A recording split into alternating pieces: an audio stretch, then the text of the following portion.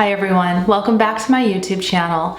This week I wanted to address a question that was posed to me last year on social media when I had put a tweet out, hey, if I start a YouTube channel, what would you like to see on the channel? I wrote all the questions down and kept coming back to this one and really pondering, like, how do I go about telling the story or presenting an image, presenting how this happens so that it's like graspable for someone who hasn't experienced it. Now, I was going through my journals and things, and I came across a paper that I wrote when I was in high school. I have copies of court documents. In that document is also my testament that I gave when I was removed from my mother and stepfather and permanently put into the system. So I was 9-10 years old then, and this paper was put in the file with these records, these court documents.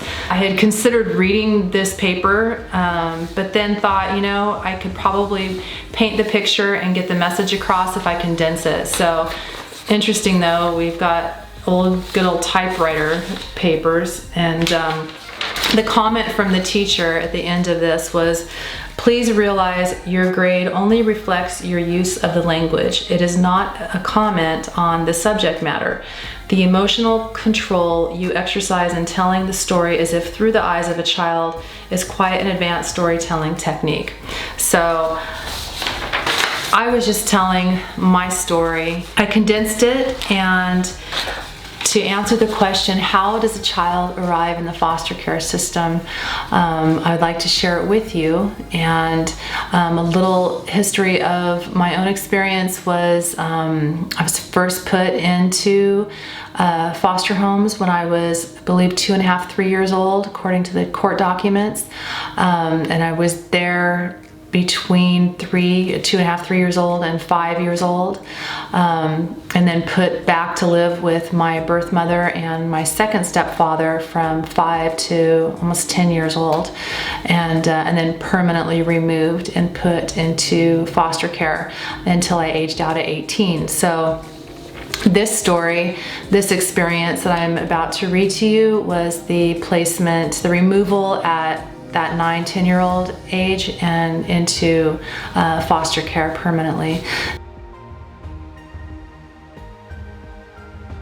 So my house, newly completed in construction and still smelling of fresh paint, was the newest home I lived in with my mom and stepdad.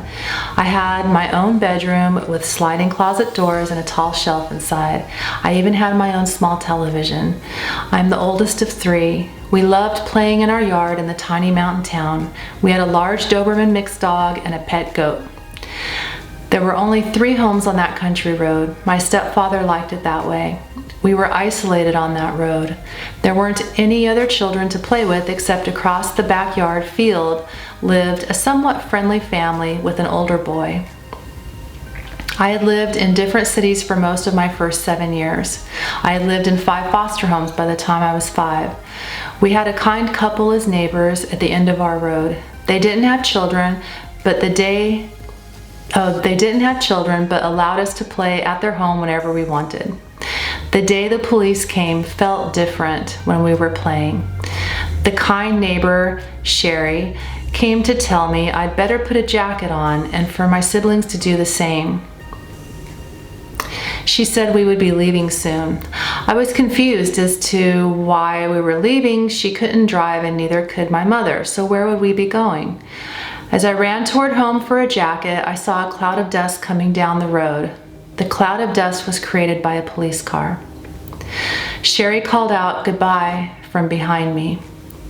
I brought my brother and sister inside the house for our jackets while my mom went outside to greet the police officer.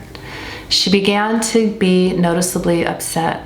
She began crying like Sherry had when she told us to go get our jackets. The officer calmed my mother and advised her to grab whatever belongings she may need for the night.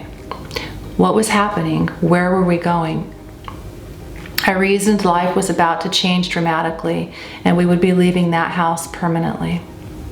It was a 14-mile drive to the police station. We all rode in uncomfortable silence. I figured out why we were leaving the house. I knew what would follow: another city, another foster home. It was now very late at the police station. I had answered all of the questions asked of me. I had an uncomfortable physical examination, and I was told I would appear later in court. I didn't mind telling the secret, but the examinations and the note-taking sessions were exhausting. I was hungry and I wanted to be home. I was trying hard not to fall asleep. How could my brother and sister sleep? We were in a cold, dark hallway of a police station.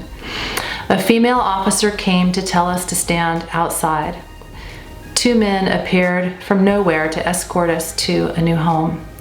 My mother sat in the front seat with them so they could talk discreetly. We had only a short drive this time. We were told to get out of the car and wait beside it. My mother began to go into hysterics again. This was to be our new foster home. It was called an emergency foster home, so a temporary place until a permanent place could be found. We arrived with the clothes we wore, nothing else, not a toothbrush or any comfort from home. The 2 men went to the door while my mother knelt down to us and said, "I love you." Now, as I said, that's just a condensed version of my experience of being removed from my home and put into foster care. There are so many experiences, so many stories out there that are just unbelievable circumstances of a child being removed and put in with strangers. So just know that when a child is removed from their caregivers and put into protective custody, the home of strangers, it could even be the home of a relative if a relative is available that wouldn't be harmful to the child. In my case, we went into foster care. In creating this YouTube channel and creating the children's book that I did, I have a desire to be able to speak of this and be able to help somehow in bringing awareness to children in the foster care system.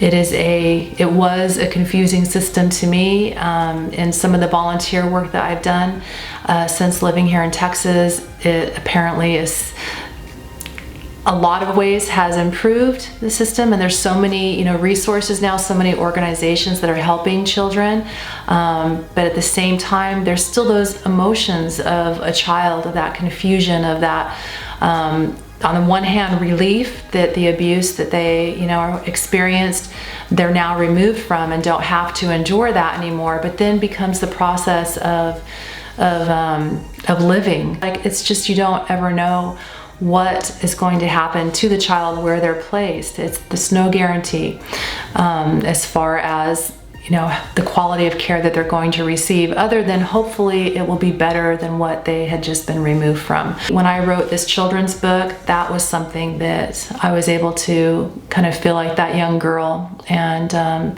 those emotions. So it's a very child-friendly version of my experience in foster care. I wanted it to be able to be a children's book that a child could read, and that may have been like sad or whatever in the beginning, but yet there's the finding of friends that creates a sort of feeling of a family where there wasn't one, so to speak, emotionally. I'll show you the children's book if you haven't seen it. This is the children's book that I wrote, and I will be reading this book in a video to come, and also going into more of the creation of this book.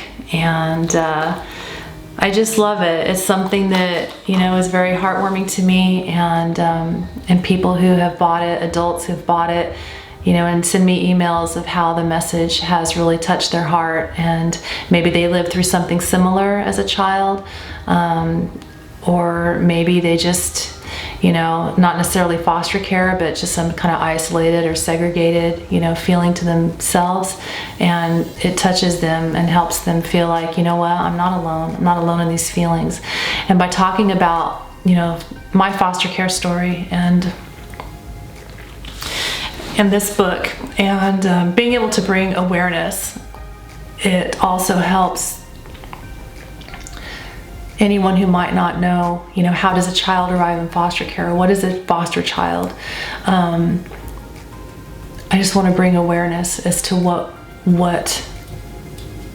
that is. What is a foster child? Why are they there?